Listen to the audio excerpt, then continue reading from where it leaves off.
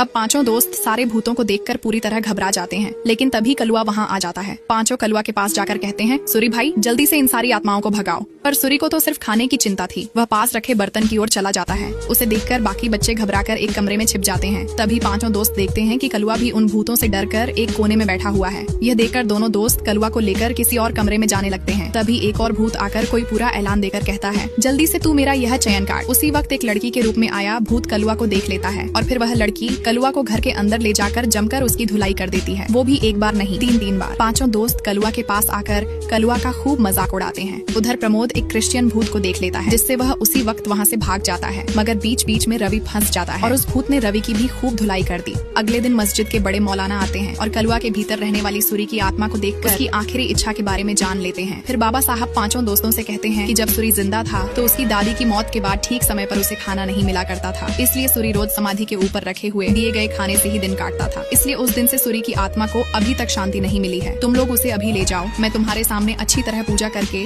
उसे मुक्ति दिला दूंगा। यह सुनकर पांचों दोस्त सूरी के पास आते हैं। सूरी की आत्मा रोते हुए सबको कहती है, तुम लोग मुझे वापस भेजने का रास्ता ढूंढ ही लाए ना। यह सुनकर सारे दोस्त उदास होकर रो पड़ते हैं। नेक्स्ट पार्ट के लिए लाइक और कमेंट करें।